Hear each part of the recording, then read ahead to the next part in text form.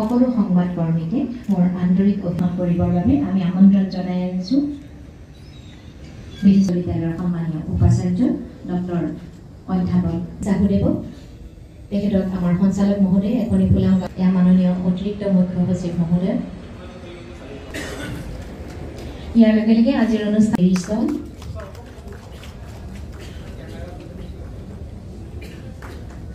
জনসংযোগৰ পৰা প্ৰকাশ কৰি উলিওৱা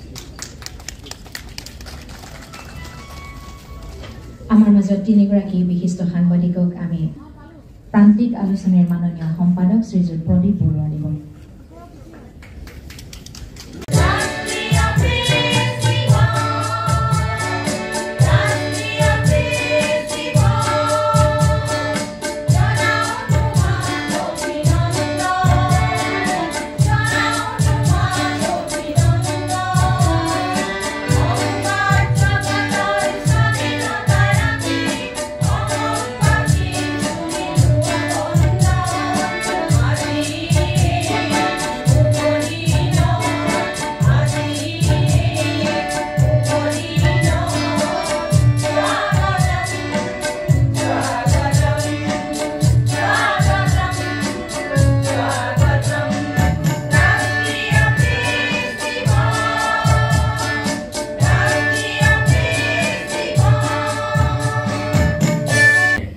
আমাৰ সমাজক এক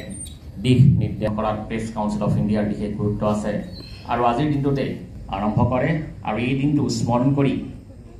আমি অসম চৰকাৰৰ ফালৰ পৰা আজি এই অনুষ্ঠান আয়োজন কৰা হৈছে আমি দেখিছোঁ যে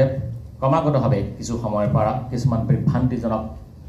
তথ্যই সমাজক বিচলিত কৰাৰ চেষ্টা কৰিছে কিন্তু আমাৰ সংবাদ মাধ্যম বা সাংবাদিকসকলে অতি বলিষ্ঠভাৱে এই প্ৰত্যাহ্বান গ্ৰহণ কৰি আৰু অসমৰ সাংবাদিকসকলেও সংবাদ মাধ্যমেও গণতন্ত্ৰ প্ৰমূল্যবোধক বা গণতান্ত্ৰিক আমাৰ যি মূল্যবোধ আছে তাৰ ৰক্ষা কৰাত বিশেষ সহায় কৰি আহিছে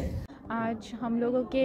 यूनिवर्सिटी से स्टूडेंट्स को इनवाइट किया गया था इस प्रेस डे के प्रोग्राम में यहाँ आके हम सबको बहुत अच्छा लगा जैसे कि हम अभी स्टूडेंट्स हैं हमारा फ्यूचर भी मास कम्युनिकेशन में ही है एंड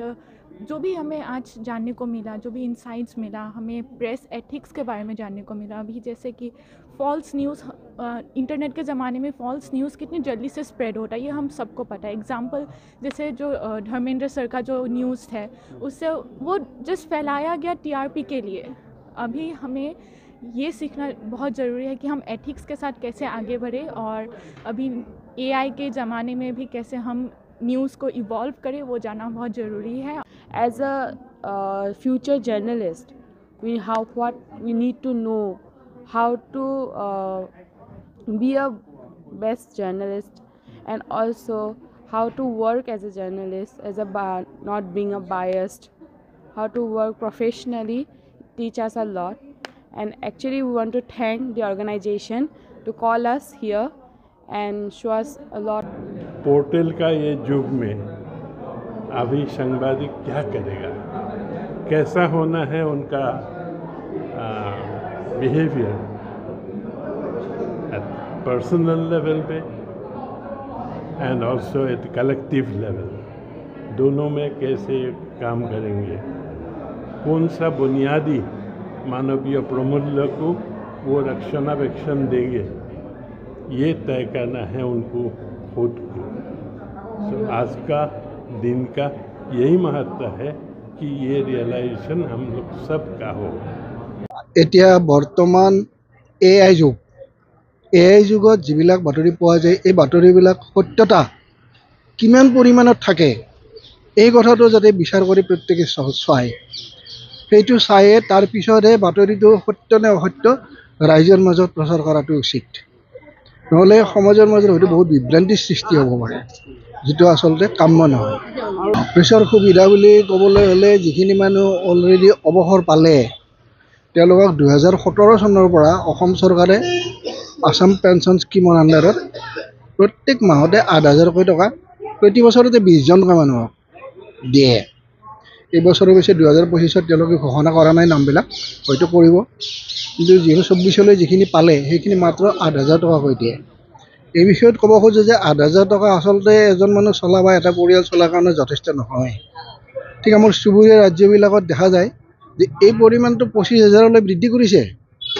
যে আমিও চৰকাৰক মানে কাটৰ অনুৰোধ বিনম্ৰভাৱে অনুৰোধ কৰোঁ যাতে পৰিয়ালটো ন্যূনতমভাৱে চলিব পৰাকৈ আমাৰ অসমতো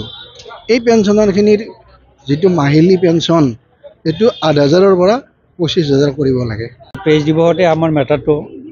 সাংবাদিক যিবিলাক আমাৰ পেঞ্চনাৰ গভৰ্ণমেণ্ট পেঞ্চনাৰ তেওঁলোকৰ মাহিলী দৰমহা 8,000কৈ পাই আছে এতিয়া বৰ্তমান